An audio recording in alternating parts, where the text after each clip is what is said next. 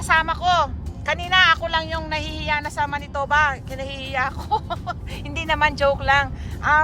Kanina parang sabi ko nahihiya naman ng Manitoba sa mga tulay nila. Ngayon to naman dalawa, nag-agree sila. Mas magaganda raw yung daan nila dito sa Saskatchewan kaysa sa Manitoba. Kasi daw patag na patag, sabi ng mister ko. Tapos ako naman napansin ko, yung poste nila, parang mas social yung poste nila kaysa sa poste namin sa Manitoba. Pero alam ko, mas mayaman. Ate, limbang mo mas mayaman, Manitoba o Saskatchewan? Oh, yan, di naman kasi namin alam kung ano na mas mayaman.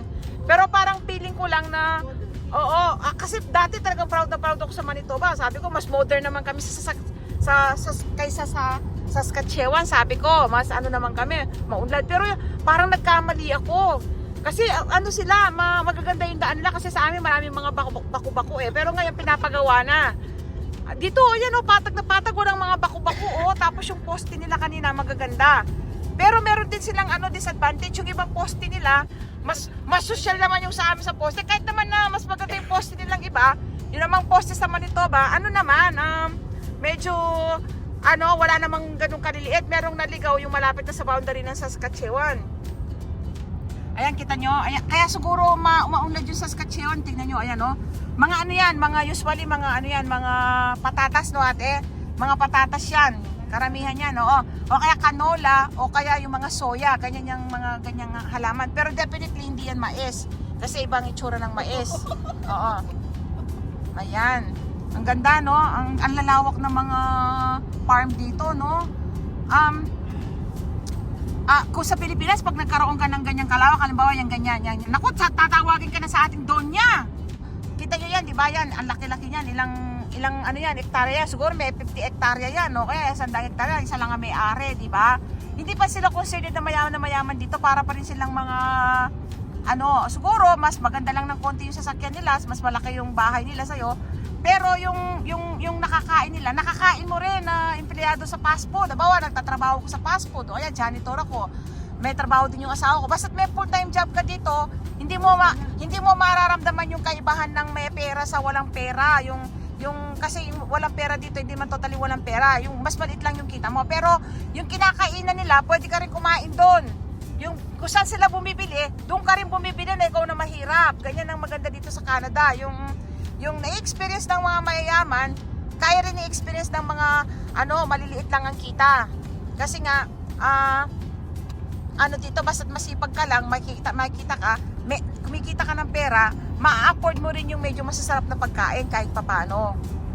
At kahit mahirap ka rin dito, makakabili ka rin ng sasakyan kahit na basta't may trabaho kayong mag-asawa, kahit na sa fast food lang kayo, kaya janitor lang kayo, makakapag-loan kayo ng bahay, makakapag-loan kayo ng sasakyan dito, makakakuha din kayo ng credit card basta't marunong kayong magbayad.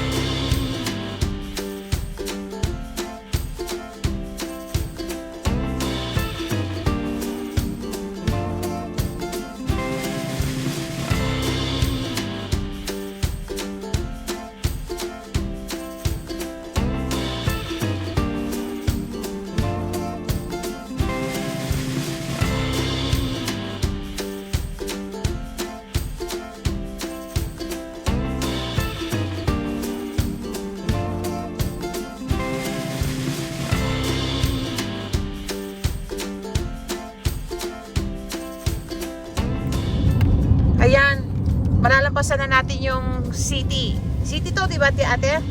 Yung Swift Current, yung tinatawag nilang Swift Current City ng Saskatchewan. Ayan, oh, ang ganda. Oh, parang gold. Ay, ang ganda doon, oh, parang golf course. Asan ang papa yung sister?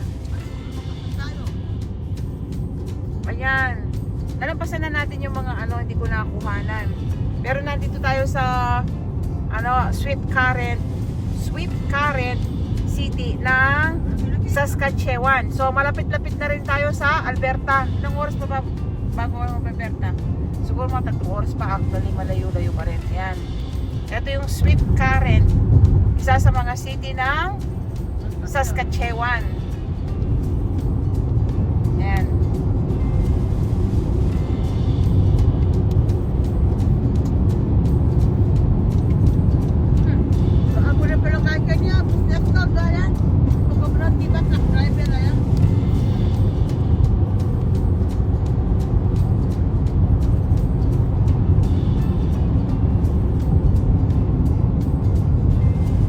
Mas mahaba ang ano natin dito, biyahe, kaysa doon sa Manitoba. Kasi doon sa Manitoba, nag-start lang tayo ng kalahati ng province. Kasi yung bahay namin sa gitna ng province ng Manitoba, wala siya sa dulo. So, kalahati lang yung nakita nyo ng Manitoba.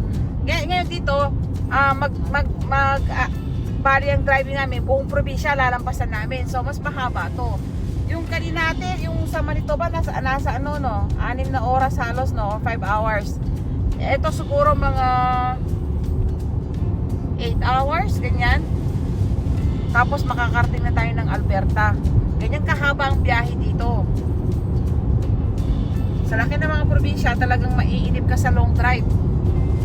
Yan. Ito yung tinatawag nilang Swift Current, isa sa mga city ng Saskatchewan. Dami nilang binibentang yung mga pang-agricultural yan, mga pang-agricultural equipment yung mga yan. Nagbibenta yan ng mga equipment at sa supplies, note. Yan, kasi dito marami yung mga farm, napansin niyo yung mga yung mga rancho, nakita ko ang dami. Hindi ko na kinunan lahat kasi mauubos yung data natin. Pero ang daming mga maliliit na farm kung nakita dito. So, ang kinabubuhay talaga dito ng mga tao ay ang farming at saka pag-aalaga ng mga baka at saka kabayo.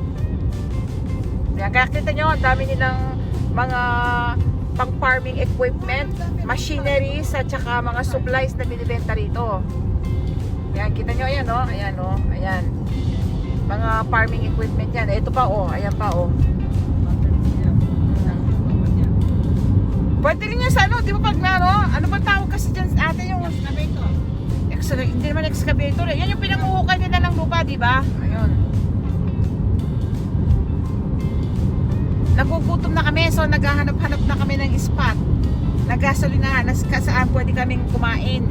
Kasi nagbaon kami ng kahit man lang ilang araw makatipid kami. Kahit man lang yung pananghalian namin at hapunan makatipid namin. Kasi yung breakfast, libre na doon sa hotel. Ngayon, kung hindi naman kami magbabaon, naku, talaga namang malaking gagastusin namin. Kanina, binili ko lang yung anak ko ng breakfast na tinapay, yung rough lang 2 lang yun. Tsaka 2 hash brown, tsaka 2 coffee lang yun. So, yung coffee napunta sa misis ko. Alam nyo kung, sa mister ko, alam nyo kung magkano inabot ng gastos namin? Ano yun? Almost 1,000 pesos siya. May kita 900 pesos sa pera natin. Breakfast lang yun sa anak ko. May kasamang 2 tinapay lang na maliit. Kung kung 3 pa kami bibili nun, magkano ba yun? Di ubus yung $50 namin mahigit kada kain. Di kada araw may kita $100 ang gagastusin namin sa pagkain lang namin. Kaya nagbaon ako ng makakain namin. May baon pa nga akong itlog na maalat. Nasa city pa rin tayo, oh. Ayan, oh. Ang dami nilang binibentang equipment, no? Ayan. Ang baon namin ngayon ay adobong manok at saka baboy. Tapos ang merienda namin, adobo pa rin, adobong mani. O, kita nyo na. Linuto ko lahat yun. Pero yung iba binili ko para makatipid din. Kasi pag bumili ka doon sa mga dinadaanan naming store dito na pinakita ko doon sa mga naunang video ko dito sa travel namin ito. Sabi ko sa inyo, yung presyo ng chips, yung presyo ng popcorn, soft drinks, or water, magiging triple ang halaga. So, bumili na ako ng pwede kong madadala namin. Yun nga lang, punong-puno yung sasakyan namin. Halos kalahati na lang ng katawan namin ang nakalitaw. Kung halos kalahati na lang ng katawan namin ang nakalitaw dito sa loob ng sasakyan, sa dami ng baon namin pagkain at gamit. Kasi nga 8 days din no? Kasama na yung travel, kasama na yung long drive namin 2 days straight. 8 days din kaming malayo sa bahay. So isipin nyo, yung lahat ng damit na isusuot namin doon pang lakad, pati na rin yung kakainin namin pag merienda nandun. So ano yun, pagod. Imagine nyo, naghahanda ako ng dadalhin namin 3 nights, 3 days akong naghahanda. Kada hapon inaabot ako ng alas 12 hanggang alauna ng gabi sa paghahanda. 3 gabi yon straight para lang madala ko yung dapat naming dalhin mula sa tubig, sa pagkain, sa damit, sapatos, tsinelas, makeup, kung ano-ano pa, merienda, snack, kumot. So inabot ako ng 3 nights doon bago ko natapos. Ngayon, ito pa, hindi pwedeng wala ka pa rin makalimutan. Meron pa rin akong nakalimutan, pero yung mga nakalimutan ko, minor lang. Kumbaga, pwede kami matuloy sa trip ng with convenience kahit wala yung mga nakalimutan ko.